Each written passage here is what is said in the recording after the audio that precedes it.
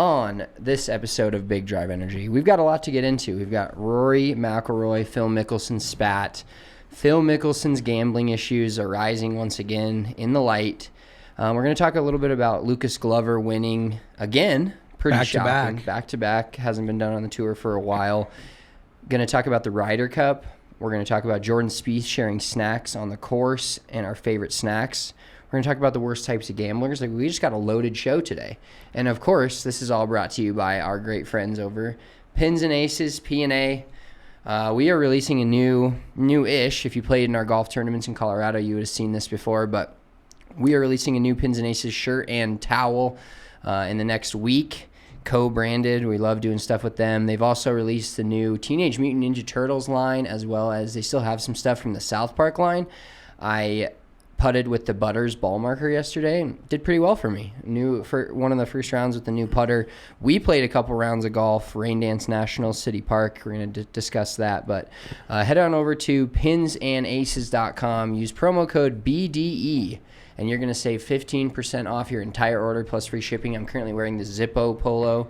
We both, Mitchell's got the Pins and Aces hat on. We got Pins and Aces hats in front of us. They do awesome stuff for Broncos colors. Pins and Aces, I have the Pins and Aces Broncos hat, and I pretty much wear it every Sunday. It's my go-to. So sick. It matches everything Broncos related for the football season. And if you're using code BDE, you're saving 15% off your entire order. Get yourself some joggers. Get yourself one of their new Joker hoodies. Get yourself... They're dropping a new and improved liquor stick soon. New and improved liquor stick, which they have the patent on. Super sick. Super sick. Beer sleeve. Super stick. Nobody else has that either. Liquor stick. Super stick. I'm picking up what you're putting down. Got me. But head on over to pinsandaces.com. Promo code BDE. Save you 15% plus free shipping. All right. Let's tee it up. Hello, friends. Welcome to this tradition unlike any...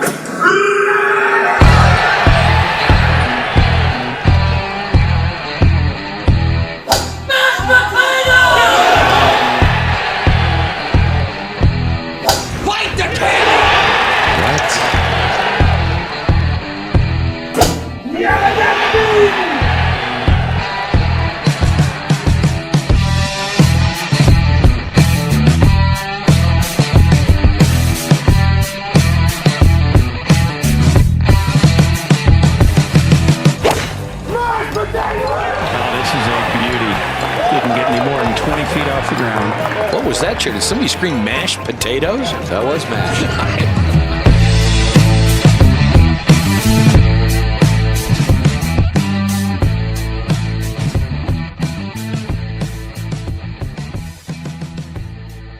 All right, so we talked about Bryson DeChambeau last week, and then in his interview, he said, go up to the red tees and try to score. And that's what we did yesterday.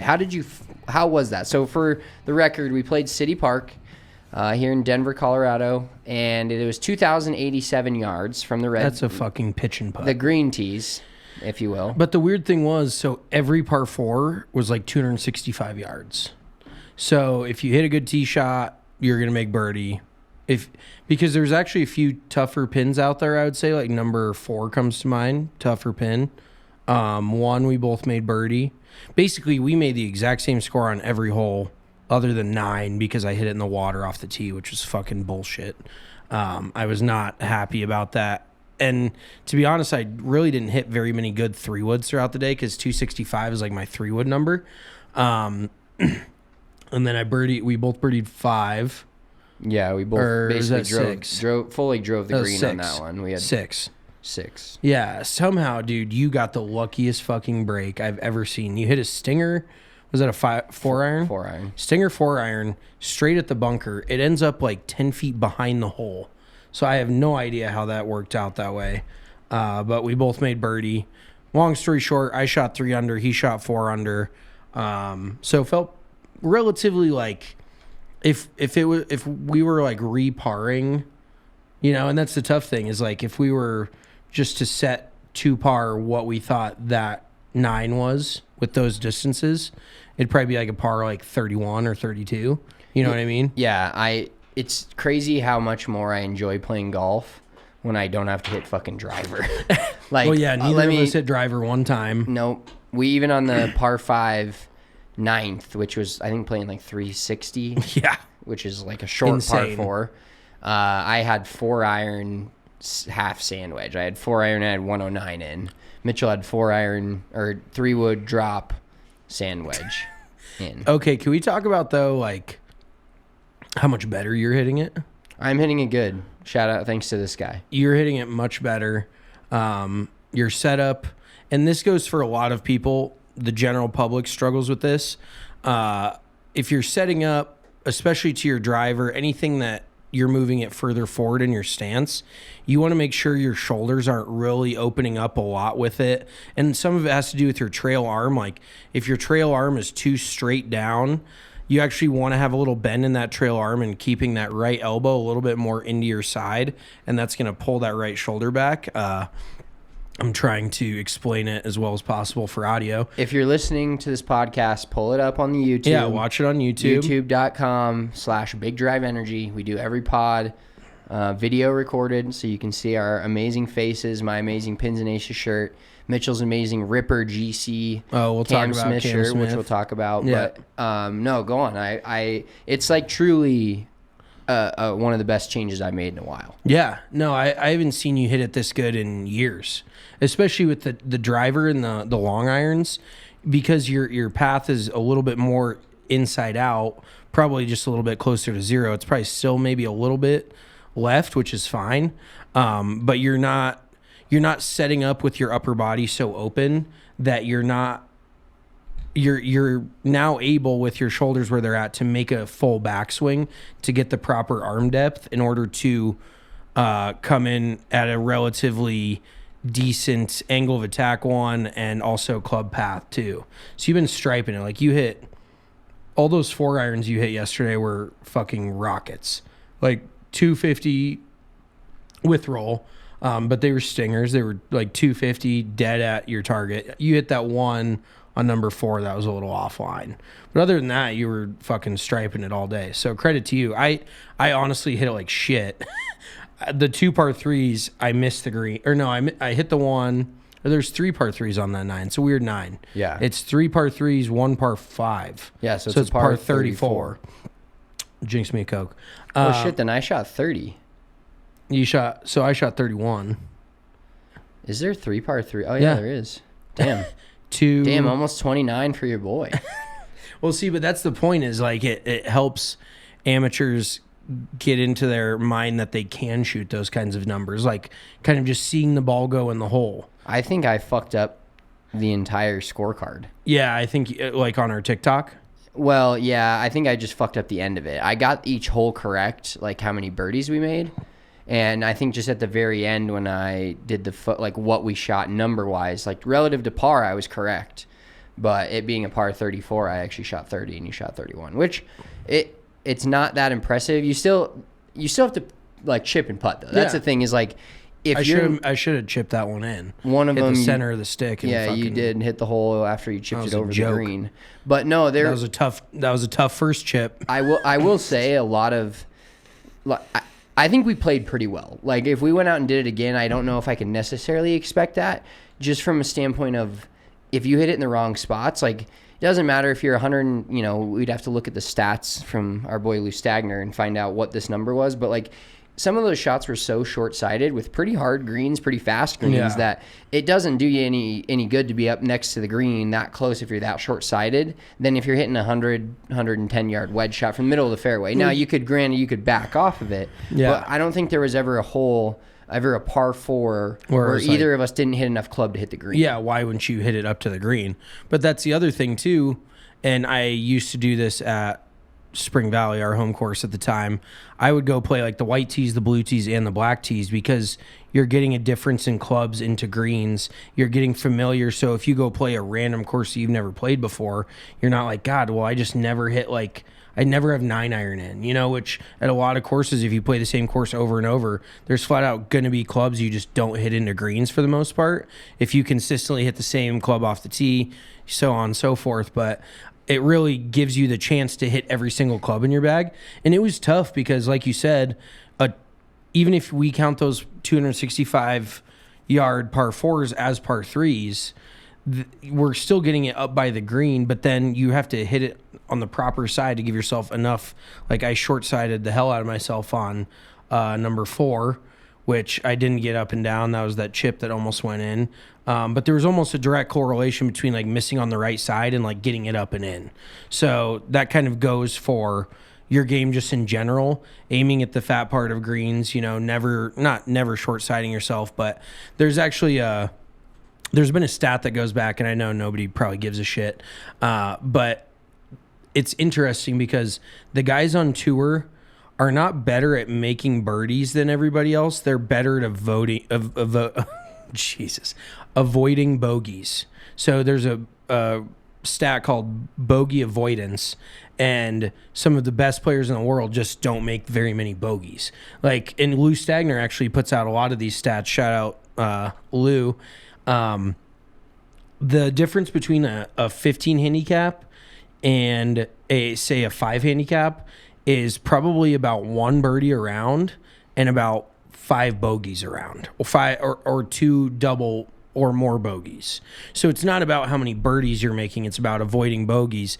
But when you're trying to go that low, like Bryson, you do have to make the birdie. So it is like you got to get it in the hole in a certain amount of shots. Thank you, John Madden, to make birdies. Yeah, well, and I will say that playing a course from the up tees may have been, I'm not saying it wasn't fun. Like I said, I loved not hitting driver and being pretty sure the group of like dudes behind us is like, what the fuck are these guys doing? Yeah, we're content machines and we wanted to try this out. Yeah. I had a great time, but I think also it would be a little more fun if you still couldn't hit driver, but it was a course where we weren't maybe at altitude, where it was driver and then 4-iron, and you could pretty much guarantee yourself a fairway, but like a 50, 60-yard wedge. Yeah. Like a lot of the shots I had in the greens were legitimate 10, chips. 50, yeah. Like I was next to the green in 2 on a par 4. Totally. And so that would have made it a little bit more kind of realistic of, am I actually making birdies or not? If we would have played it from maybe 1,000 more yards, maybe 100 more yards a hole. Yeah, and it just goes to show you, though, with golf course design, and granted, it was the furthest we had in most of the day, but the par 3s were still hard. At 130, 120. The par 3s are the great equalizer, because even on the PGA Tour, proximity to hole from 120 is average proximity is 20 feet. So it's not like every time a dude has 120 and they're just fucking hitting it into 3 feet, making birdie every time, Yeah, exactly. But it was fun. We didn't embarrass ourselves like we did at our Play a Hole with Us at Rain Dance National. Why don't we get into that round a little bit? That was brutal, dude. So as all of you know, if you're a golfer and you play a golf course and you don't play well, you don't like the course. But you play well and you like the course. I was talking with Ryan, and you were kind of talking about this earlier. He played Welshire the other day here in Denver, and he's played 2 rounds there and shot 2 pretty low rounds. And he loves the golf course. And the last time I played there, I hit some shanks, I hit some balls in some houses, and I can't stand the fucking golf course. So if you know, one of those things. But basically, if you play a round at a course that's well below your average, or you made more birdies than you've ever made, you kind of tend to like that golf course. And I think Rain Dance National for Mitch and I had some different perspective. Not like he shot 100. I mean, he probably shot 85, but that's not very typical for you. But what did you think about the golf course? And if you can categorize it, what did you think about the golf course from a PGA Tour perspective, not necessarily our perspective? Yeah, so first of all, let it be known that this is the longest golf course in North America, measuring almost 8,500 yards from the back tees. There was a few holes that we try, dude, okay, I'll get into it, but overall, that was the first course I've ever played. I don't hit it as long as you do by any means, but it's the first time where I was at a distinct disadvantage against you because of my distance. Would you agree with that? Oh, 100%. It was, well, you can tell us what they said about the landing areas after the round, but yeah, I mean, I hit it. You're hitting it farther this year. I'll give you full credit, but I still hit it probably 20 to 30 yards past you. And just some of the areas I hit some really good tee shots. But there was one hole I think I had pitching wedge. I had 145, and you had 220 or 230. I had 250. 250. Yes, yeah. So that was part of my problem, was my distance was very neutralized. There was one hole. First of all, I got to shout out Max, the assistant pro out there. Fucking awesome. His name was Max, correct? I'm not. Yeah. Okay. I'm so bad at names. Shout out to him for having us out. It was awesome. We had a blast. It is the longest course in North America. So do you want to Google what the actual longest course is in the world? Because it said it was like 2,400 miles from us. I just don't know what it is. But there was a stretch, 4 and 5 are 2 par 4s. They're both well over 500 yards. And if you don't crest the hill, which come to find out, I went into the pro shop later and bullshitted with the pros for a bit. They put all the massive downslopes in the course, like basically at a 330 carry from the back tee. So that essentially means, and by the way, the grass is fescue grass, which I was not very familiar with this. I didn't even know it was a thing. But fescue grass, you can make an entire course fescue, which I think that place is, or pretty close to it besides the greens, but it keeps it super, super firm at all times. So that place is never really going to get wet. It's never going to play longer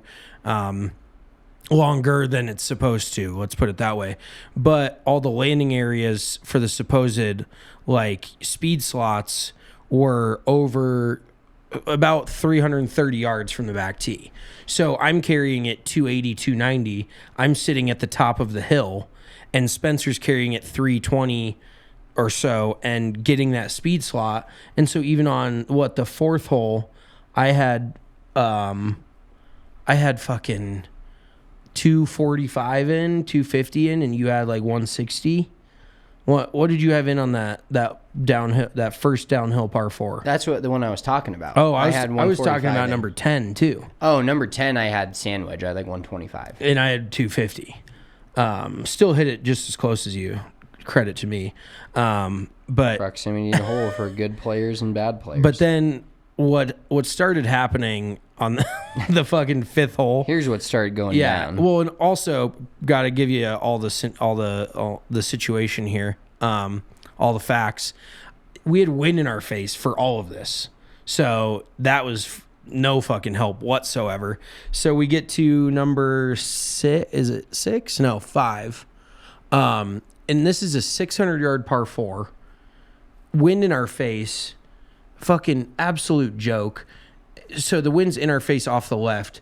We both don't even like get to the fairway. We both hit it right into the weeds that was like over by the women's tee, by the fucking up tees. I was just so annoyed at that point. And other fact, those pins were tough. They did not sit them in the middle of a bunch of fucking greens by any means. No, there was a lot of holes where I think in the first 5 holes I was in 6 bunkers. Yeah. I hit drives in bunkers, then hit approach shots in bunkers. Yep. So real quick, going back, I finally found the article is from 2016, but it makes sense. The longest hole course there's one course that's apparently miles and miles long. I don't know what the gimmick is there, but Dragon Snow Mountain Golf Club in Lijiang, China. No shit. 8548. Do you know what altitude it sits at? Par 72. It's located 3,100 meters above sea level. Second highest golf course in the world. That's like 9,000 feet. The shortest par 3 is 236. Holy shit. Fuck that. Yeah. But at that altitude, you're probably hitting like. Would you ever want to go play golf in China? I think it'd be fun. I think it'd be sick. Yeah, they have some great golf courses. I don't think there's not very many golf courses in China. No, I bet they got a tee time problem, kind of like we do. Yeah, that's why they have all those indoor driving ranges. But overall, we had a blast. I think I had the best sandwich on the turn that I've ever had. They had like a food truck out there. Let's talk a little bit about the clubhouse. It's a temporary clubhouse, but it's a grain silo. Fucking sweet. And then there's like little offshoots of the grain silo to like smaller grain silos, with like benches and like umbrellas and tables and chairs under there. But then they had the food truck out. The food was phenomenal. I got this sandwich that had like brisket and bacon and like they called it like dirty mayo or some shit like that. I don't know if that's the correct term, and like pickles and all. It was just phenomenal. So that kind of helped the mood after the front nine. Because even, another thing about this course, the practice putting green is fucking huge, like 2-3 acres in size. And the 9th green is actually an offshoot of the practice putting green. So kind of a cool deal. At the same time, kind of had me fucked up. Yeah, I don't know if I've ever, I haven't played a ton of golf courses, but enough. I've probably played 150 to 200, maybe more. And I've never before seen something like that. And we didn't even know it being on the practice putting green before the round. I was putting over towards that. I was like, they have a tall flag over there. Yeah, I was like, maybe that's an extension of the chipping green. And then we come up 9 and we can't really see the putting green, but you can kind of see that tall flag, and I'm like, that looks like the same flag, and it was kind of crazy. Yeah, it was very crazy. But that's how you know that the putting green's legit. It's mowed the exact same as a real green. Like right. they wouldn't like change anything to mow like 1 foot from where they meet or anything like that. Like the putting green was legit. You could probably have 60 to 70 people on that practice putting green, and nobody's putting at the same hole. Yeah, if they cut that many holes. There wasn't that many holes cut. But, like, if you're hitting a 10-footer, easily 50 to 60 people hitting 10-footers to a tee. Yeah. And no one's around each other. It was insane. Mm-hmm. And just talking about, it's a newer golf course. It's only 2 years old. Yeah. Just the feel of that is crazy. Like, yeah, it's a windy, dry area, so that probably enhanced that a little bit. I know it's been wet here in Colorado, but, like, the greens were rock hard, dude. You're not spinning a ball backwards unless you like clip a chip shot. Like you're not making any ball marks on the greens. The divots even in the fairway were hard to take. So just kind of interesting to play. A lot of the courses we have played, like City Park's a redesign, but Welshire, these courses are almost 100 years old. Yeah. Oh yeah. It being a brand new course definitely plays into just exactly how firm it was. And I also think that if we played it again, because there is quite a few blind tee shots, especially from the tees that we were playing when you can hardly see, like a lot of the holes were downhill, credit to them, because I wouldn't be playing a flat 600-yard par 4. But there's 2 700-yard par 4s. Whoa, 700-yard par 4s. 5s. 2 700-yard par 5s. Okay, yes. That sounds a little more daunting than a 600-yard par 4. Maybe. See, I don't think so. Maybe it doesn't. No, because that's only 100 extra yards for one extra par, one extra shot. Like fair. Anywho, a lot of the tee shots were blind. So if we went back and knew where to hit it and kind of what the story of the course was, I feel like we'd play better and kind of know where to hit it and kind of pick your spots type of thing. But that par 3 we played and posted on TikTok was fucking brutal. I hated it. We had wind off the left. I hit it short right into the... That's the other thing about this place, too. All the canyons. Like, there's arroyos. No... Arroyos, yes. But they basically... That's like a mini canyon. Looking for your ball is just flat out not an option. Like, you hit it over a certain area, you're like, okay, that's gone. I think I probably lost 4 or 5 balls. So that was a pretty red letter day for me in the not good way. I was like, I fucking suck. So it was fun. You got on my nerves a little bit during the round. Yeah, Mitchell's Sergeant Poopy Pants the whole round. When he doesn't play well, he's fucking grumpy. No. Anybody out there listening that's played around with him knows he's just a fucking big old grumpy fuck. That wasn't what it was about. It was about you being on your cell phone the whole time. When I play around midweek, it's called a work meeting. Okay. Well, that's bullshit. And at one point, this was kind of the kicker for me, is you told me, you're like, dude, I gotta fucking work. And then the next hole, we're in the middle of the fairway, you're blaring an Instagram video to the point where I was waiting for you to turn it off so I could hit my tee shot in the middle of the fairway. Is Instagram work for you? Do you scroll Instagram for work? I don't scroll it for work, but you're doing on the golf course what you do at work, scroll Instagram.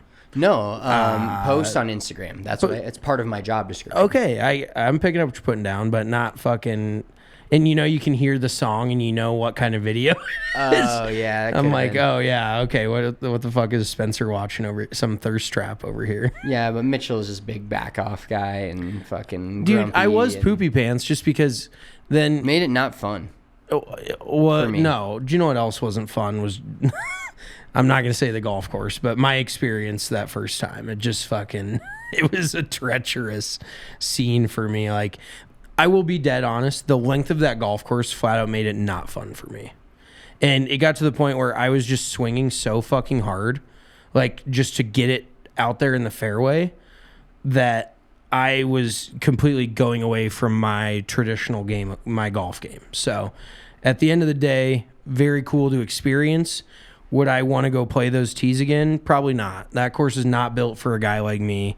Built a little bit more for a guy like you. It would be fun to go play it from like 7,500 yards and see what it's like. There was a lot of, like you said, blind shots, but also you go up to a tee box and you just look up and you're kind of guessing, and then there's a stick that is supposed to signify the middle of the fairway. And I felt like even the stick was kind of deceiving, like that one par 5 on the back, because Fabian maybe hit it 10 yards right of the stick, and it was in the driving range. Like, we didn't know the driving range was down there. Yeah, I was also in the driving range. And I pulled my tee shot, which I thought was too far left. It's perfectly in the middle of the fairway. I'm like, holy shit. Like, luckily I pulled it. So, yeah, I think we would have more fun if we played it again. Overall, just too long. Like, TPC Colorado is just at that spot for me where I can handle it, even though it is long. It's about 7,800, 7,700 up here. So at sea level, it probably plays 7,200-ish. But TPC Colorado is about at my threshold for distance, like, or Colorado Golf Club. Like, I can play those courses well. I have to play good, but I legitimately don't think from the back tees at Rain Dance I could shoot anywhere near even par. Like, it's just not in my fucking wheelhouse, because it is legitimately about distance at that place. Yeah. And so do you think when they host a professional event, it'll be like, all right, Brian Harmon, you're out, guys like that? Or do you think they hit it far enough, or they're just that good all around everywhere else to like make it playable? No, I definitely with that distance, I think a lot of those guys are out unless they can somehow manufacture it, get super low spin driver, or put a different driver in the bag. And it isn't super penal off the tee. There's pretty wide landing areas, so that's not necessarily it. But distance wise, I think the shorter guys, there's no Brian Gaze winning a golf tournament out there. What I will say though, I know they have aspirations of hosting a PGA Tour event, and the golf course wasn't my cup of tea, but it's a good golf course, don't get me wrong. But from the landscape aspect, I don't see how they could host a tour event there. There's just flat out not enough room to put any spectators unless you bulldoze all that fescue that they have and put a bunch of stands in the fescue. You know what I mean? There's just not the flat area to put stands on every single hole. Like that one par 3 on the back nine, it was like a cart path on the side of the hill. You're fucking hitting it over an arroyo, and it's some of us hitting it over the arroyo. Oh yeah, my first one ended up inside of it. But fuck off. By the way, there's just no room to put any spectators there whatsoever. So I think from that aspect, and also it is ways away. Like, it was an hour drive from your house to the golf course. So that's it's not like a hop, skip, and a jump from DIA. It's at least 45 minutes to an hour. And I know that's not doable, but I think for where that place is at, it needs to mature another 5 to 7 years to really be considered. Like, once they have a clubhouse, once they, you can't have a fucking pop-up clubhouse, and even if it is a grain silo. And what I think is funny is it was probably obviously cheaper to do what they did and get it off the ground and get a play. Like, the clubhouse is sick as fuck. It has the grain silos that go out, and you said into other grain silos that turn into like picnic tables, like hanging picnic tables. And there's a food truck. Food was phenomenal. But I think it's funny that they had so much money that they were like, okay, we know we're going to build a bigger clubhouse, but we're still going to build a nice enough clubhouse to where it could be legit if you didn't like think about it. Like that like if you didn't want to have a tour event there, that clubhouse is fine. It had merch, it had an office, it had everything. But it's funny how like they built that and it's just like a temporary thing, but they didn't just throw a fucking construction level shitty, Yeah. fucking double wide out there. Yeah. Oh, absolutely. And I wonder what they're going to do with it once the clubhouse is actually built. Like, they'll have to make it into, maybe that'll be the Goat Ranch's clubhouse, which I think is going to be like their par 3 course. But there's so much construction going on up there that this place is not going to be even done for probably the next 5 years. So we can revisit that here in half a decade. You'll have 4 kids by then. No. You won't be playing any golf. You'll be work, home, sleep, repeat. Yeah, I'll not have gonna no happen. kids by then. That is not going to happen. All Okay. right, let's talk about Cam Smith lapping the field at Trump Bedminster. He got the team win. Mitchell's got the Ripper GC shirt on right now. Shout out Had to represent. Cam Smith. And Mitchell, you had a little hot take here in the office about a half hour ago that Cam Smith is the best player in the world right now. Would you like to discuss? Yeah, I mean, if you look at who's won the most recently, like Scotty Scheffler hasn't won very recently. John Rahm hasn't won very recently. Rahm did get a major this year. Scheffler did not get a major this year. No, he didn't. I bet him in every one. That's the mush that we need for him to fucking start losing or not winning. But Cam Smith, I think he won by like 7 shots. He was 12 under, and the next guy was 5. Yeah. And the team, I believe the team score was, their team score was 17 under. They had Leishman played pretty well, and then that fucking idiot, that blonde kid, fucking Jedediah or whatever his name is. He shot like a 2, 5 handicap. Yeah, he shot like 2 over. But his Cam Smith, if his other team just didn't play and WD'd, he would have won. Oh my God. Like the next team score, best team score was 11 under. Holy shit. That's so sick. So that's how much he just lapped the field. And I've seen some things about live golf, and we talk about it almost every podcast, but it's professional golf, and it's worth watching, and some of the best players in the world are in there, if not the best player right now. And they say that they have Mickey Mouse setups. And I don't think, like, going to Cedar Ridge, where we did in Oklahoma, and watching a full weekend of live golf, like, I don't see that. Maybe, No, I mean, you're going to be out at Bedminster at some point. You're moving like 20 minutes from there. But I'd be curious to see what the difference in, like, the setup was for, because I think, the PGA Tour sets these up, and they set the pins on PGA Tour events, and the live golf obviously has people that do that too. But you would think that they would set it up the same way. No, and they'd want a competitive event. I mean, because Bedminster's hosted tour events before, so it's not like they're the place in Tulsa that we went to had never hosted any sort of event before, but still a decent length country club, looked pretty, Parkland style, pretty standard for like a tour course. But then you have the Greenbrier, then you have Bedminster. Like, these courses are not just your local muni. Like, they're tough layouts, they're tough tracks. And so for people that are saying like they make these Mickey Mouse setups, I think that's total horseshit, because you still have guys shooting over par. If it was a Mickey Mouse setup, these guys would be shooting. You could almost contend that there's more Mickey Mouse setups on the PGA Tour. Look what they do every year at the Tournament of Champions. Look what they do every year at the John Deere. There's courses every year on the PGA Tour where these guys are expecting to shoot 20 plus under for 4 days. And Cam shot, you said 12 under for 3 days. For 3 days. So he's averaging 4 under par. In Bedminster, I know for a fact, not that I haven't played it yet, but I know it's a very challenging course. It is not easy by any means. The greens are lightning quick. And then what was the other one they played in? This is another Trump course. Trump Potomac, Trump Maryland, when they played, or Trump Washington D.C. You remember that? No, I don't. Well, I was just trying to find the last PGA Tour event that was there to kind of get an idea some point of reference of the score under par. I can't find anything like substantial other than the fact that they lost the 2022 PGA Championship. It was supposed to be at Bedminster, and they lost it because of Trump and the whole scenario that we won't get into on this podcast. But the fact that the PGA itself decided to have their championship at this course and then calling it a Mickey Mouse course or Mickey Mouse setup is just fucking flat out wrong.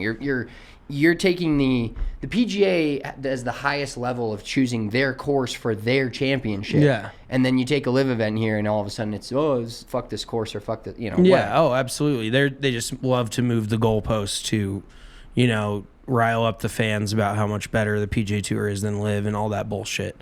But at the end of the day, Cam Smith, our boy cousin Cam, is walking out of there with $4+ million in cashola. So I think Cam Smith is kind of one of the dudes too that's perfect for live, because it's not really necessarily about the money for him, but he has the kind of game to just compete at majors. And so, yeah, he'll go out and play well and win live tour events, but then he still has the game to go out and compete at the Masters. Every single major, he's going to be right near the top of the leaderboard or in the mix. So, live seems like it's worked out pretty well for him. Oh, absolutely. It's worked out well for a lot of players. And another quick storyline, Harold Varner III said it's harder to win on the live tour than on the PGA Tour. That caught some eyes, considering he's never won on the PGA Tour. So that's kind of funny to say. He won the Trump DC. Yeah. Okay, so Yeah. I was thinking, I was like, he hasn't won on the live or the PGA Tour. Kind of interesting comment to make. And then Phil Mickelson and Rory Mcilroy going back at it. Before we get into that, though, I want to tell you guys about our friends over at Factory Meal Kits. This is not an ad read. It is an ad read, but this is an honest truth. I had the Louisiana shrimp from Factor about 2 hours ago. 2 days in a row, I've brought in salmon and shrimp into the office and warmed it up. Kind of a... Salmon in the office is a fireable offense. Yeah, kind of a party foul, but I kind of warned the people that were around and just let them know, hey, I'm eating my salmon. But Factor has fire meals. Like I said, I had the Louisiana shrimp today, and it's just so much easier to use Factor. We get it delivered every single week to the house.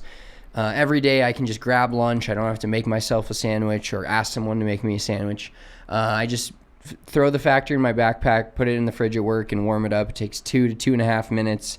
And you don't, it's a healthier choice as well. Like, you don't have to... the two great things about it, healthy choice, you can do keto, you can do vegan if you don't do dairy. You can do low calorie. They have a lot of different plans, but they also don't make you cook your own food, which is hilarious. We have somebody in the office that I won't mention, but she didn't originally get her Factor box because she thought she'd have to cook it. Read the fine print, lady. Yeah, but kind of funny that you didn't want a meal plan. It's not Marissa, was it? No, it was okay. not. She can't cook, but she didn't say that out loud. You just want to make sure that it was like, okay, if I have Factor, this is so I don't have to cook. Yeah. Yes. And so... Oh, okay, perfect. Factor they're fresh, never frozen meals ready in 2 minutes. They have stuff like the bruschetta shrimp risotto, green goddess chicken, and grilled steakhouse filet mignon. If you're too busy during the summer to worry about lunch, just grab Factor. They have a great discount. Promo code DNVR50 will save you 50% off your first box. Their smoothies are also great. They have veggie options. They have breakfast options. Head over to factor75.com. Check it out. They have so many good options, and it's all ready for you to eat in 2 minutes. My favorite meal kit that I've ever had. I've been through a gamut of them. I'm not the greatest cook either.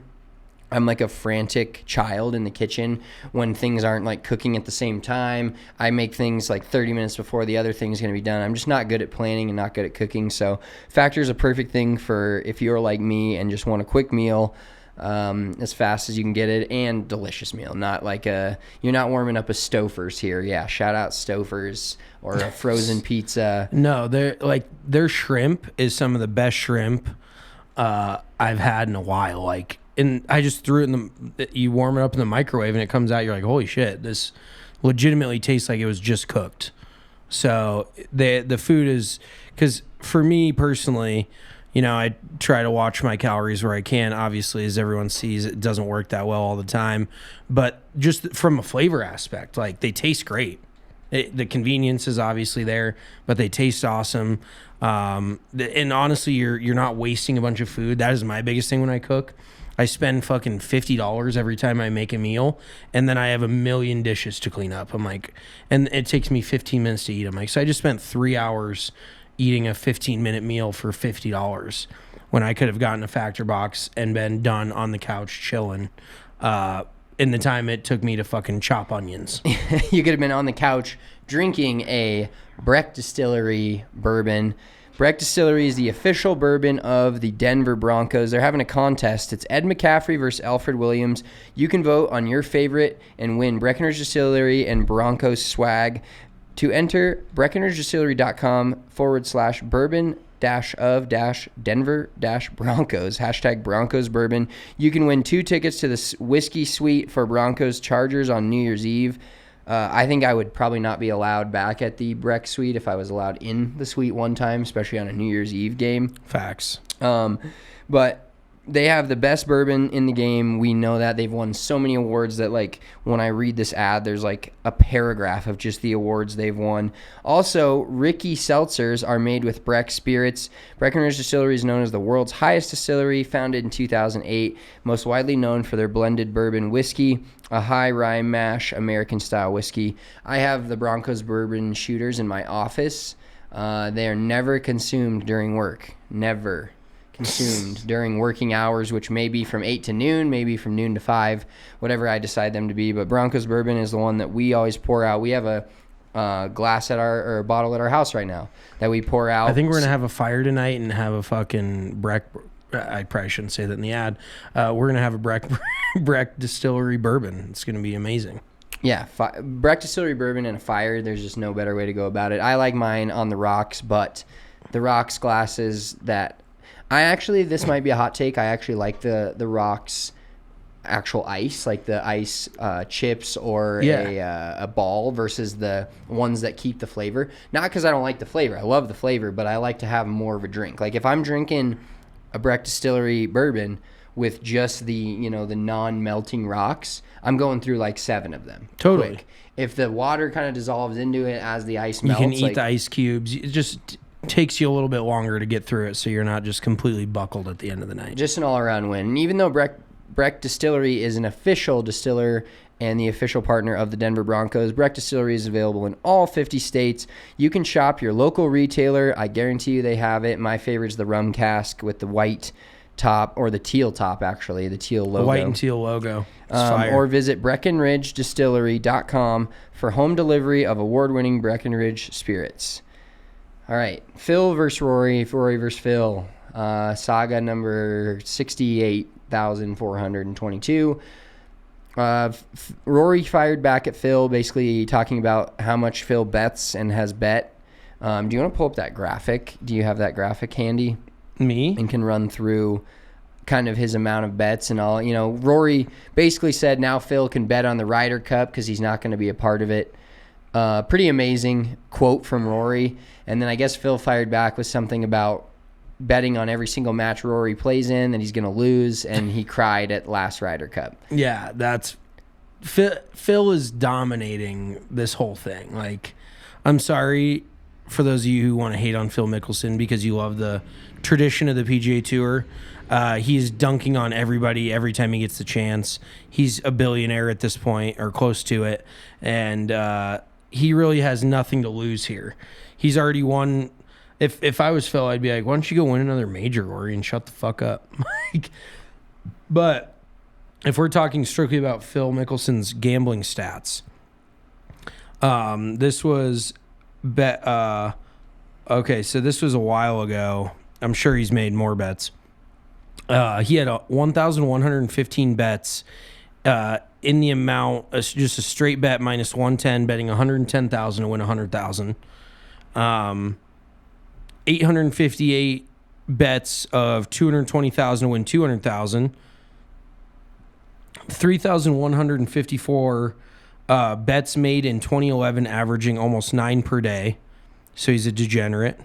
And $143,500 amount lost on one day of 43 MLB bets on June 22nd, 2011.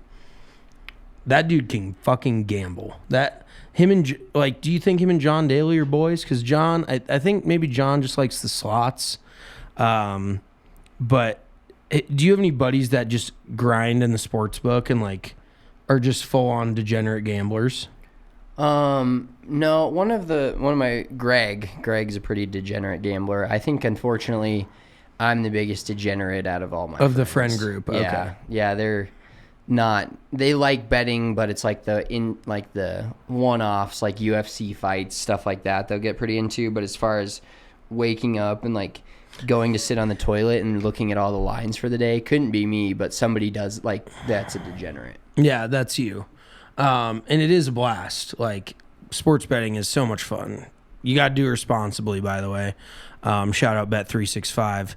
But Phil Mickelson is a professional gambler that just pays for his gambling with golf. So I think he's kind of living every dude's dream. But it kind of got me thinking, like, what are the worst kind of gamblers to hang around? And if we're talking more, we can talk sports gamblers, we can talk casino gamblers, we can talk gambling just on the golf course amongst your friends. So give me a few that come to your mind that you just like hate gambling with or next to, or there's gambling etiquette that you have to learn in order to get it. It's just one of those things you have to do. So I definitely have a few of them, but you start us off, I'll kind of chime in here. Well, one of the easiest picks to throw out there is the person that doesn't give a fuck about the entire table at a blackjack table. That person is the worst. When they're just splitting the most. That chick in Tulsa. She was horrible. And she was hitting on 18 with a dealer showing a 9 because she thought she could catch a 2 or a 3 or an ace. And then proceeds to fuck the entire hand, like, and the dealer didn't say a word. Like, the dealer clearly did not care. But go on.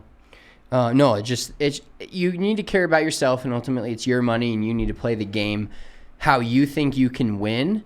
But when it directly affects everybody else at the table, it just turns into a disaster.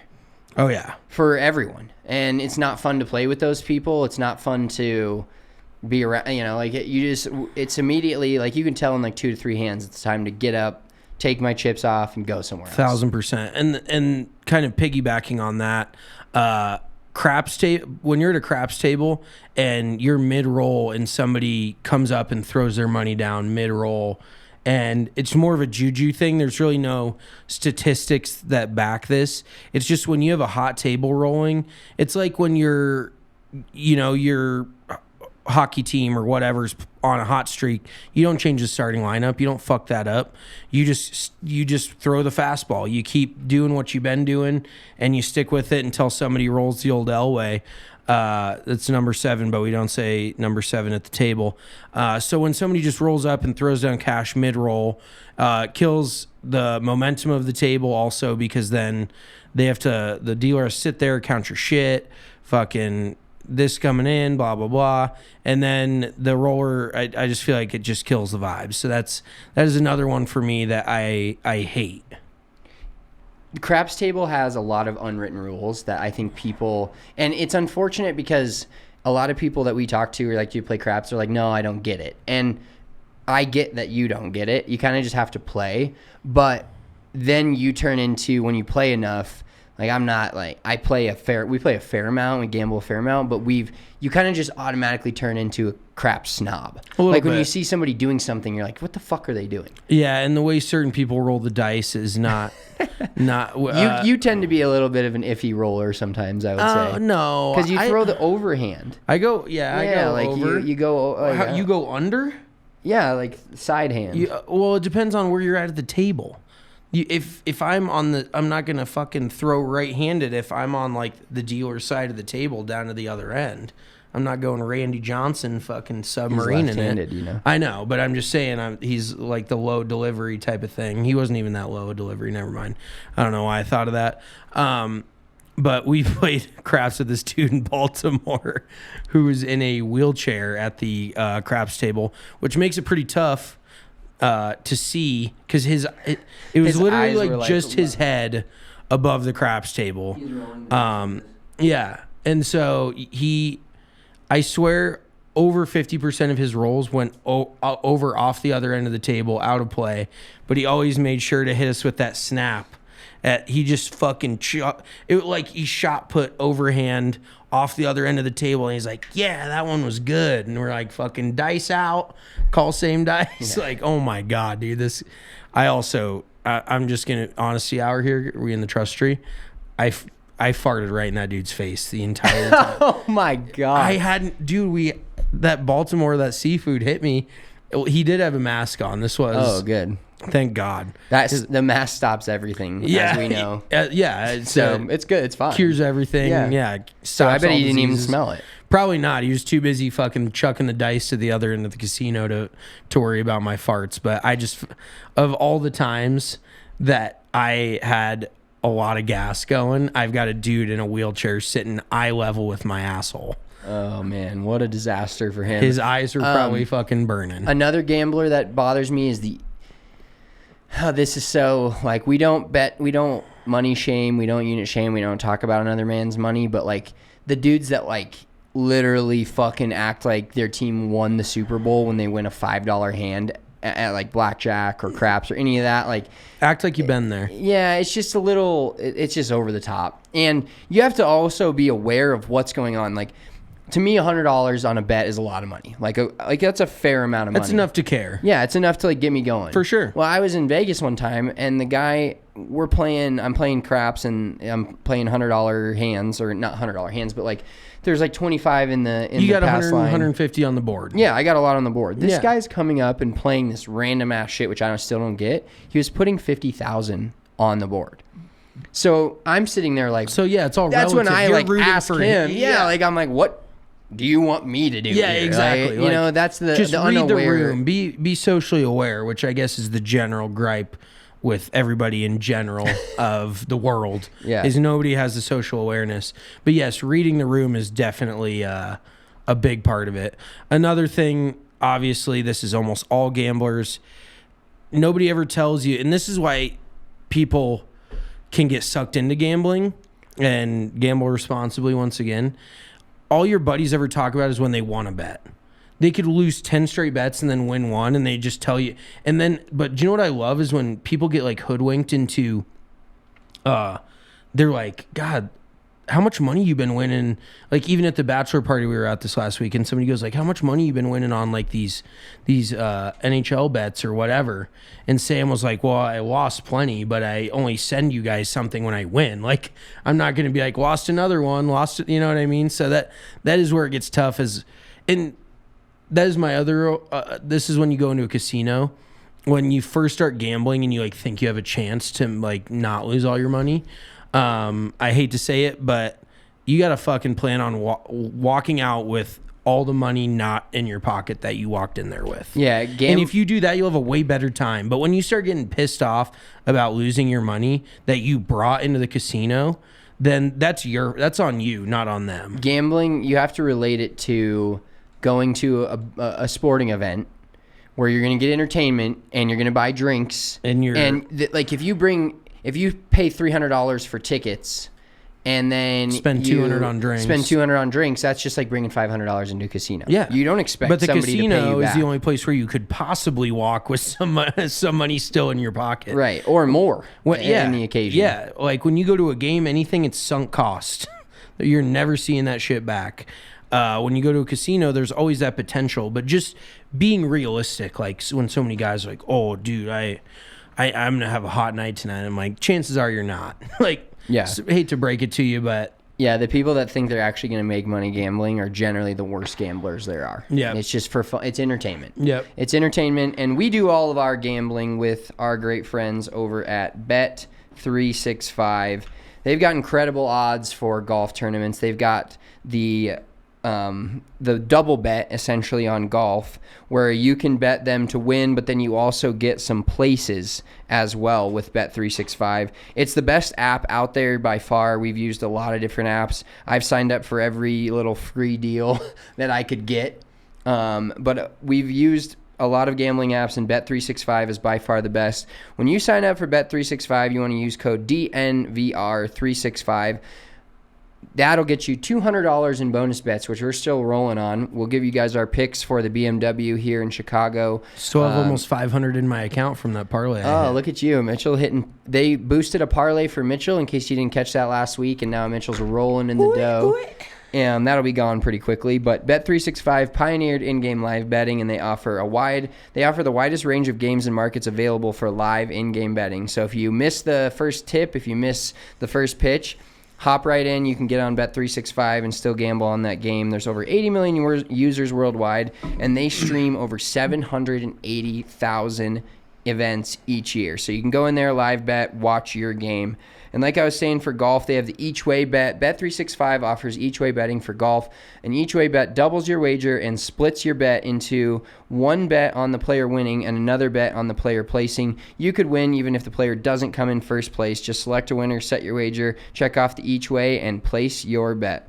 You can track every drive, iron, and putt from your favorite player in real time with shot-by-shot data and interactive course visualizations, all within the app Bet365. So PGA Tour app, I've complained on this pod multiple times. I now use the Bet365 app to watch golf as well when I'm not actually watching it on TV, which is pretty often now. I watch almost every shot of a tournament, it feels like.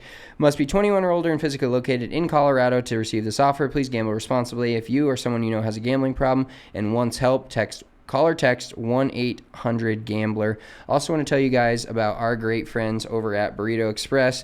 If you're in Arizona, which we will be this coming off season when we get to Burrito Express and get down to the AZ area where we can play golf, because I'm going to go on a little hiatus come October, November, where I don't want to see a golf club for a while, and then I'm going to get the itch again. I'm going to go to Burrito Express. The second I land, get to the rental car, I'm driving through at Burrito Express, and they have incredible breakfast burritos. By far my favorite breakfast burrito that I've ever had. The tournament, everybody was super pumped about having free Burrito Express at our golf tournament. We're going to have them every time. They're a great partner of us at ALLCITY and PHNX. They've got multiple locations in Arizona, and you're just able to customize your burrito so much. They pride themselves on being local. They're a little bigger than local. They don't want to say that, but the owner of Burrito Express is awesome. He played in the golf tournament as well. Super cool guy to meet. His TikTok is actually pretty hilarious, by the way. But they're awesome guys. You can get steak and egg breakfast burrito, breakfast supreme, and you can make any burrito there enchilada style. Add red or green sauce over the top. Are you a red sauce or a green sauce guy? I'll go Christmas. I'll go a little bit of both. Okay, isn't that like New Mexican style too? That's New Mexico. Yeah, isn't that? No, Marissa's shaking her head. You don't call it Christmas? No, I think it's just green chili. Well, it's green and red. Yeah, but we don't mix it. In New Mexico? Like maybe in Texas. Okay. They're not mixers. We had a buddy in Albuquerque, New Mexico, that said he went Christmas on his burritos. But yeah, you could dabble in a little bit of both. Yeah, but if you had to choose one. Green chili. I'm green. Red gives me a lot of heartburn. Even green salsa I like more than red salsa. I do like green salsa a lot. People hate when I bring green salsa to a party, and I'm like, this isn't for you, This bitch. is for me. This is for me. And the shrimp cocktail you always bring, that's only for you. Yep, this is for me to go on my Burrito Express. So make sure to check out their Tempe location right by Arizona State's campus. Great burritos all the time, Burrito Express. I love that. All right, Lucas Glover won again. What the fuck do we make of this? Yeah, dude, he's just caught a hot streak that in all honesty, I really hate to be this guy, but I think it makes the PGA Tour look kind of weak. Like this dude, and he has been very different on the greens these last few weeks winning, but he's 160th ranked in strokes gained putting for the season. And he's now won. Scotty Scheffler's like, what the fuck? Why can't I do this? He's like, if I could only be 160th, I'm 185th. But it really does, like, I think it feels very like 2008 PGA Tour to me, where Lucas Glover being kind of I wouldn't say a no-name guy, but definitely a guy past his prime, going out and winning in back-to-back weeks, especially this one when the fucking FedEx Cup is on the line, first round of the playoffs. Like, these are where the big players need to come out and shine. And the fact that a mid-level guy past his prime goes out and wins, very happy for the dude. Like, he seems like a genuinely good guy, and I always did root for him back in his heyday, but just so wild that now he is somehow just outside of like the Ryder Cup rankings, and it is literally just what he's done in the last 2 weeks. He was barely going to, didn't he barely like get into the tour, into the playoffs? No, he was pretty firmly in it because of he had a late season resurgence, push. and he had a few, I think, top fives. Where if really, I'm making it sound way easier than it is, but the top 70 PGA Tour players, if you had a couple of good top 5 finishes, you made it in to the top 70. Now I think he's third in the FedEx Cup standings. Holy shit. Yeah, which is crazy. And This dude's going to make literally 8 times what he was going to make on the PGA Tour. he made in 2 weeks almost what he'd made in about 10 years on tour. Now that's granted inflation of the PGA Tour. Yeah. But winning the last event and then winning the last event before the playoffs and then winning the first playoff event, these purses are so inflated. And I've actually had Lucas Glover on my card, I think 2 or 3 times this year. And I think I had him on there for the John Deere, and he missed the cut, and then he won the next week or 2 weeks after that, which is super frustrating. But I think your point about, I was thinking the exact same thing, is this doesn't all look these good for the fucking PGA. players are out here losing to that guy. And I'll say it, I said it once, I'll say it again. Fucking grow your beard out, bro. You look horrible. His pants sweat. Let's talk about that. Well, yes, but everyone. Real quick on the beard thing. He's so old that he's now shaving his beard to make himself look younger. That's how old and washed Lucas Glover is. You feel me? Yeah. Like, and he is making Patrick Cantlay took him to a playoff, rinsed one right away. Sick job, Patrick. Even though he's lamer than Lucas Glover. Yeah, fucking walking Elmer's glue stick. Did you see? So I think you might have been on the plane back. We went on a bachelor party. Great time. Austin, Texas, hotter than fuck. Still hungover. We were looking like Lucas Glover out there. Yeah. Elvis Merzlikins. But they showed them on the 18th tee, which they went back to the first hole of the playoff. Dudes are wearing the exact same shit. White shirt, this tan pants, same belt, same color shoes, same color hat. I'm like, dude, these two are... They're just... the PGA Tour's got all these Rorys and John Rahms and Scotty Schefflers and all the fun guys sitting in the clubhouse. Scotty Scheffler's not fun, by the way. Okay, well, the guy... Captivating. The guy that people like to watch. There's guys that are supposed to win these events, Correct. and it's not fucking Lucas Glover. Exactly. Yes, and the fact that...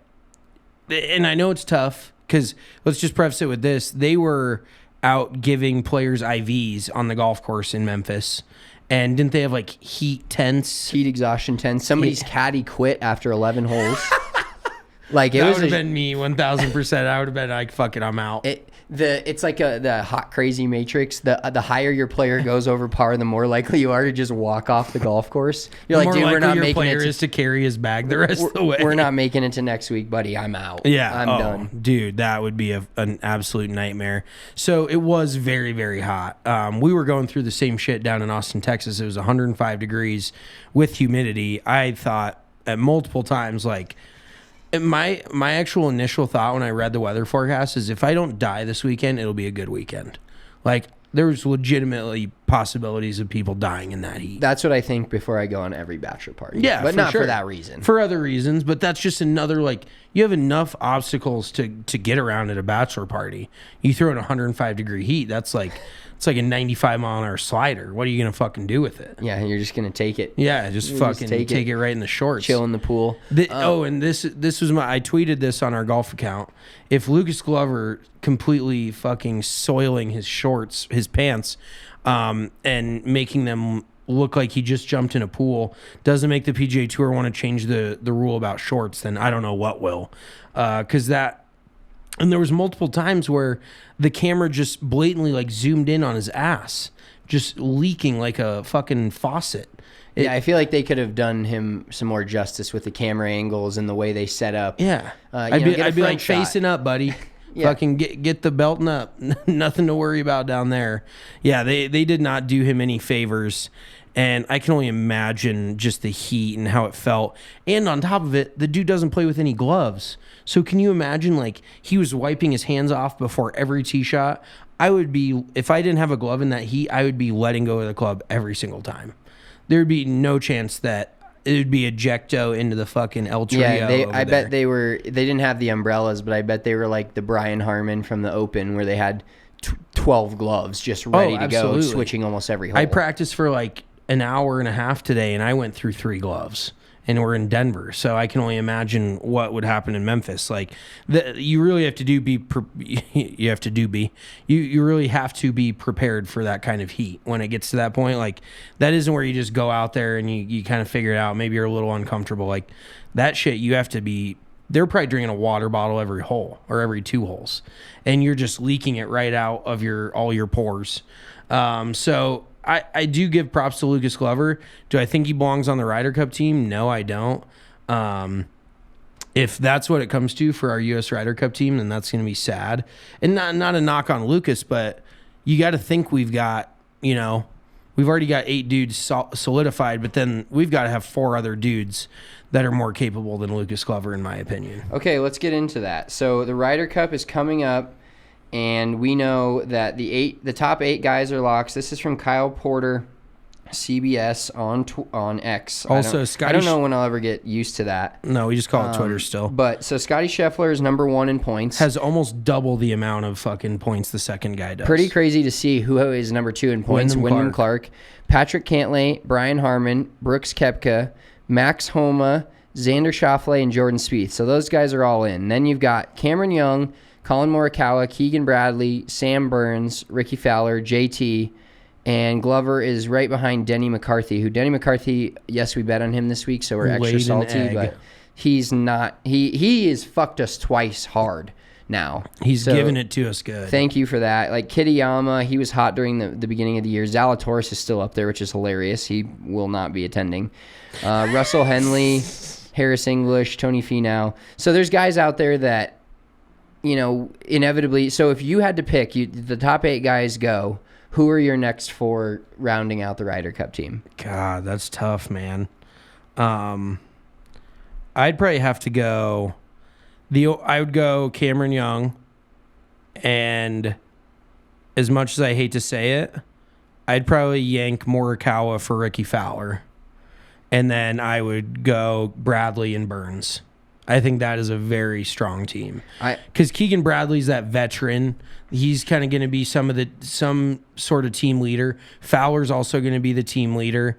Then you've got Scheffler, the top talent guys, Koepka, dudes like that. But I think Ricky Fowler needs to be in there, specifically for leadership and for patriotism.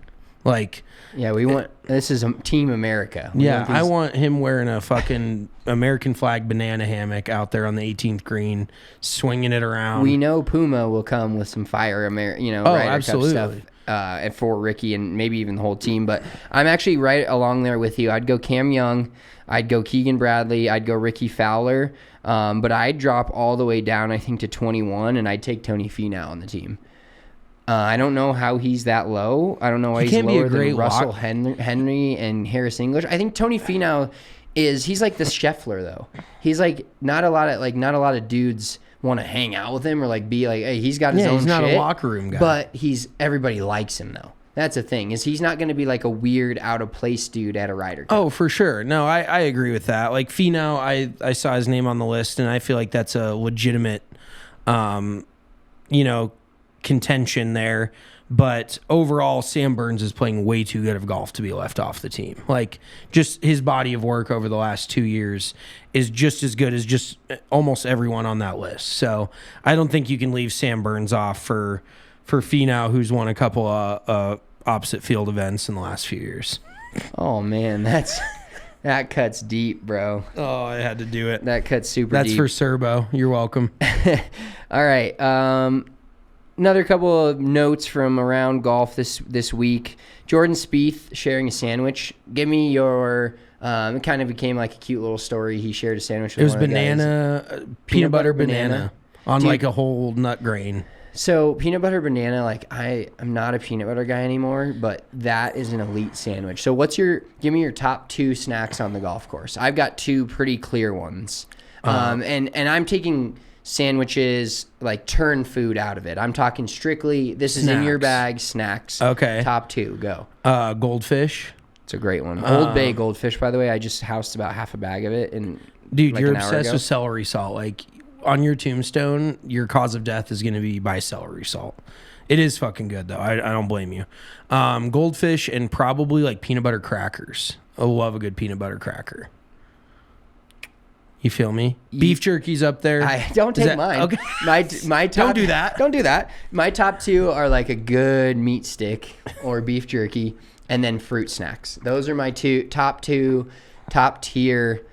A lot of nutrition in there. Yeah, I'm not a big nutrition guy. Honestly, bananas would probably be like the most like. Maybe I'll get bananas for the Rocky Mountain Open next week. I'm also not a big banana guy. Like I don't love bananas, but they have. I love bananas. They're very like. Well, they're not healthy for you. They give you a shitload of energy and a lot of carbs, and like I feel like for sustainability of energies, I bet Lucas Glover was hammering bananas, like in Memphis. Oh, banana hammer. Banana hammer. Banana hammock. But what other? I mean, any other golf course snacks? You're a sunflower seed guy. Sunflower seeds. Never spit them on the green. No, that's such a big L. If I'm a sunflower seed on the course guy, I have to have I'll just take my cup, my finished drink, and spit it in there. I do like a good like trail mix. Trail mix is fine. That's gonna give me the like thing that granola annoys dad me vibes, is if I have if there's chocolate in the trail mix, which there's not always. Then it's always melted. Yeah, it's on your fingers. Do you know what is fire in a trail mix is papaya. Yeah, I do. I love papaya. I do love trail like mix. a good dried or what is that? Dried like papaya. Dried fruit. Yeah, Mom used to make her own trail mix, and I loved it. We had a granola mom. Dude, it's still great. It had like sesame sticks and like papaya. Had those little wasabi. Remember those little wasabi clusters? Yep. Those were so fucking good. Absolute gas. I love wasabi. I do too. You have to put wasabi in your soy sauce when you get sushi. You taught me that. Like as I get older, I'm getting more into the spicy life, which is kind of fun. You dabble a little bit. Like I'm still like a pussy when it comes me to too. something that just like really like hits. Ketchup sometimes is spicy. Like you get the wrong ketchup, and I'm like, that's spicy mayo, and I'm like, whoa, sriracha mayo. No, I'm sriracha like, mayo will blow you up. It'll blow you away. I know what you want to say there. That's all.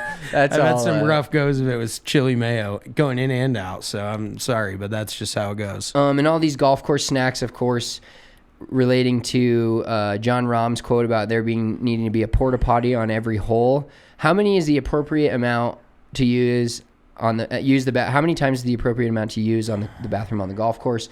Glad you got through that one. I know I'm not good at reading. I think this is very different. This is completely speaking from experience here. I'm not calling anyone out. Like, women and men are very different in this. 100%. Now, men get to piss anywhere they want on the course. That's more fair. But, like, I've never been so accosted by women when our bathroom was out on 3 and they had to wait till hole 5. Yeah. What are we going to do?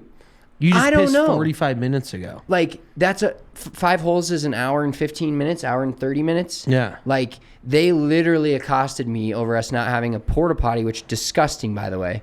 There's nothing worse. Nothing worse than a hot. I almost porta had to potty go to a porta potty in Austin, and I was like, I would rather just go head first into the river.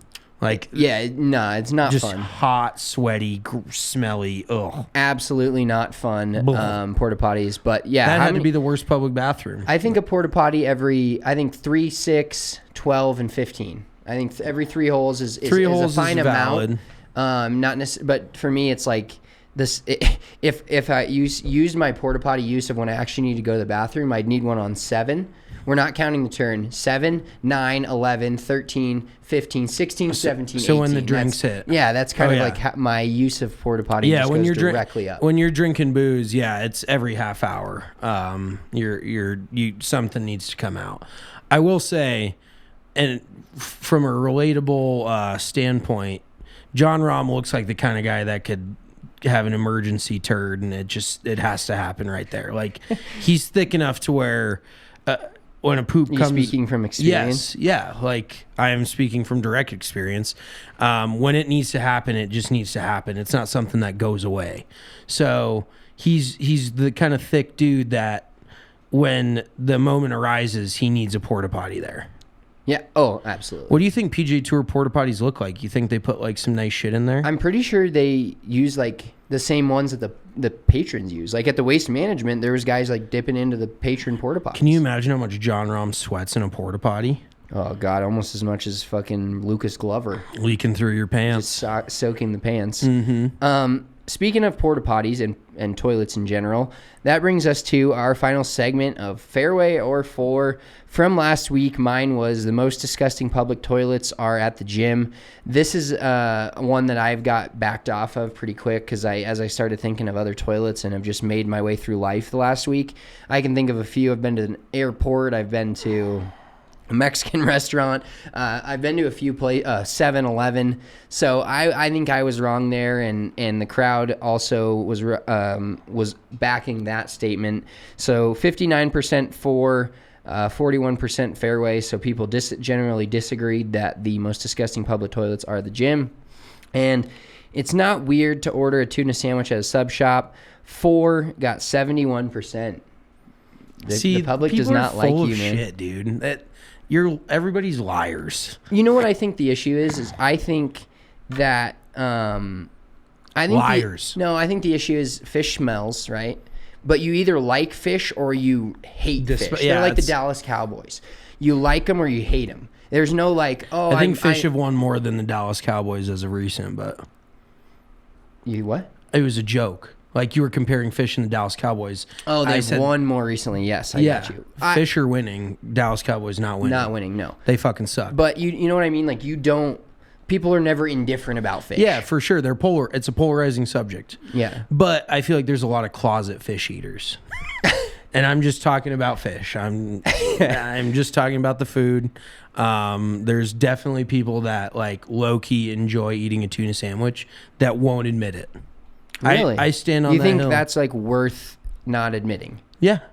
Because people are like, you see the reaction. People are like, you fucking eat tuna sandwich? I could tell this like hurts you. No, which is it great. bugs the fuck out of me because people are just like, they act like you just lit yourself on fire. And it's like, no, I just said I eat tuna from fucking Jimmy John's. Like, not that big of a deal. That's Dude, I'm just trying to like analyze how angry you are about it because I do agree, but I'm also I'm a closet fish eater because I love it, but I will not order it if I'm around other people. I care too much about what other people think. Yeah, you are exactly what I'm talking about. But you acting like I don't give a fuck. Yeah, no, but you're mad about it, so you do care. But if people were just honest and were like, yeah, I don't really love it, but they're like, oh, that's fucking disgusting. Like, that's the worst thing I've ever heard. Like they haven't ingested things grosser than that. Like, that's probably where do you true. draw the line? Yeah, we're in 2023 and people eat, but they won't eat a tuna sandwich. Yeah, exactly. Yeah, I get that. All right, moving into our fairway or fore for this week. I'll start us off. This is going to be a hot take, but I believe that I do like a talkative Uber or Lyft driver. And not from the standpoint, now this is a very slippery slope. I'm going to have to lean into this bit because I just said it. I enjoy some conversations. Me too. How are you today? Where are you going? What are you doing meet new here? people. Yeah, like I don't like when it's just completely dead silent and I sit there and just stare at my phone and then get a headache and then it takes a lot more time. It feels like time passes by slower. Yeah. So you're on my side there. I think I could talk to a brick wall. Right. But you'll talk to them even if they're not talking to you. I enjoy when they're talking back. Like if they're not won't talk to them if they're not talking to me. That's psycho shit. Well, you'll be like, "How's your drive?" or "How's it?" Like if they have to initiate the conversation. I'm trying to get that rating up. I've got good Uber ratings. People like me. No, that's fair. You're a likable guy. I will say it's like the equivalent of like getting paired with a single. Like you've probably met some really cool Uber drivers, and it's worth the shot of talking to them and kind of getting to know them. Because if they're cool, then you're like, oh, I kind of made a new friend today. If they're not, you're like, holy shit! Like it makes you question why you ever talk to any Uber driver. You know what I mean? Well, I love an it's Uber. Just luck of the draw. I love an Uber conversation, not them telling me their whole life story or this or that, or me trying to do that to them. Obviously, I'm pretty self-aware, so I'd stop fairly quickly. You're very self-aware. I am, actually. But I do love a talkative Uber driver when they get in, they ask me how I'm doing, what I'm doing, where I'm going. You know, obviously they need to know that, but I'm on that side. Marissa, you gotta chime in. Talkative Uber driver, yes or no? 9 out of 10 times I'm car sick, so I'm just not talking. Okay, that's Yeah, fair. but And I actually get car sick too. Yeah. Do you but have those glasses with the mirrors? Yes, I do. Oh my god, I would love to see that. Have you ever seen those? No. It's basically like blinders for human beings, where it's like, isn't there mirrors on either side? There's like, yeah, and then there's like water that like circles around it. So I don't know what it's supposed to do, but I do have Is it those. just like a mobile for a baby? Like it just distracts you? You're like Maybe looking I'm up at the water, embarrassed. like, whoa, this shit's hitting. That would might make me more car sick. Yeah, Yeah. see, I don't use them. You get water sick, you get ocean sick, boat sick. What is motion sick? Seasick. Boat sick. Boat sick. Okay, let's move on to mine. So this is another thing, usually these fairway or fours are about me because I'm somewhat selfish, but I am turning into a Hawaiian shirt guy, especially in the summertime. Like I feel like it kind of masks my mass a little bit. It kind of like makes it a little bit more presentable, and it also gives you a chance to kind of like express yourself a little bit with the colors, with the designs. And they're very comfortable. They're very comfortable, especially when it's hot. They're super nice material generally. But I feel like Hawaiian shirt guys get a bad rap as being like creepy, like old dudes. So is a Hawaiian shirt dude like a cool dude to be around? I think if you phrase it that way, yes. I think Hawaiian shirt. You see a guy at a party with a Hawaiian shirt on, he fucks. Yeah, and he has a thank you. good time. Yeah, 100% exactly. of the Like time. it just that is 100% what I didn't get it out myself, but you said it for me. I'm just there to fucking have a good time. Like that's what I want. He's drinking the most at the party. Yes, that is what I want to be known when I walk in. I'm wearing shorts and like boat shoes and a fucking Hawaiian shirt and some hat. Like I'm not taking myself too seriously. I'm there to have fun, and I want everybody I want to be I feel like Hawaiian shirt guy is very approachable. Yeah, very. I love a Hawaiian shirt. I love Okay, a good Hawaiian shirt. Marissa. So this is what really is going to be the issue. She's like, no, fuck Hawaiian And also, shirts, guys. quick side note: there's certain things that like dudes appreciate about dudes that chicks don't appreciate about dudes. You know what I mean? 100%. So like you can see me at a party and be like, that dude's dope. Marissa could see me and be like, fucking turn the other way and walk as far I away need as a possible. restraining order. Yes, exactly. So what is your opinion, Marissa? I think they're fine. I Okay. don't think I've ever looked at a guy in a Hawaiian shirt and was like, wow, he's creepy. Okay, got you. Maybe age has something to do with it, because mostly Hawaiian shirt guys like in their late 50s, full blown alcoholic, like, which I could Boat be shoes. in 30 years. You never know where this world's gonna take me, but I just love a good Hawaiian shirt. And not to sound uppity or anything, but Tommy Bahama is my brand. No free shout outs. They're just so fucking comfortable. They fit me relatively well as anything can fit my body. They have great designs. They usually do shit for like football season. They're just very on the up and up with their business. Like I feel like they do a very good job. So that is my thing. Is I'm a Hawaiian shirt guy now. Preseason football's here. That means my Broncos Hawaiian shirt makes its appearance once a year. I have a love Tommy that Bahama shirt. Broncos shirt So that I'm probably gonna rock week 1. So fucking comfy when it's hot out. Yep. Big Hawaiian shirt guy myself. Real quick before we get out of here and let you guys enjoy the rest of your week and the BMW Championship Olympia Fields in Chicago, we're going to give you guys our picks. These are our players for the week. I'm going to start. I got Cameron Young at plus 3,500 to win this thing. Be pretty crazy if he wins this event, but I think he fits this course. He still hasn't won.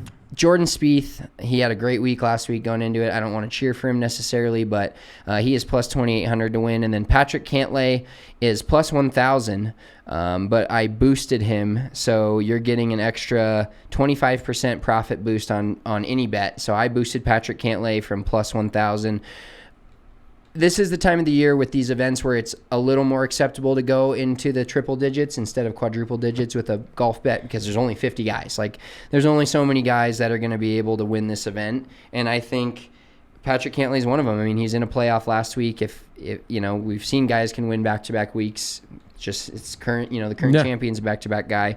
How insane would it be to pick Lucas Glover? Oh my God! Well, but we thought that last week, and now. But back to back in 3 weeks in a row, or like that's like it's like making one hole in one in a round and then making 3 hole in ones in a round. That's very true. Which Brian Harmon made 2 hole in ones in a round last year. Get the Isn't that fuck. insane? Yeah, and I think they were both with hybrids, which is That's another an exponentially They were probably like even 215 yards. It's him shit pumping. And hybrid. I'm going to take a shot in the dark here. I'm going to go back to my guy that was like DFL last week, Sepp Straka. Him to top 10 is plus 400. That's my free bet. Okay. Sepp Straka to top 10 plus 400. So I've got Jordan Spieth, Patrick Cantlay, Cameron Young, Sepp Straka on the free bet. Lock him in, bet 365. Okay. I don't hate where your head's at there. So preface this with I suck at gambling on golf. We're officially back to negative. I've been units, through. unfortunately. Oh my god, Yeah, that's we disgusting. made it back. It's just I don't even sad. look at the graphic; it makes me sick to my stomach. So I'm chucking up another turd this week, probably another offer. Tommy Fleetwood plus 2,000 to win. Feel like he's pretty dialed in right now, playing well.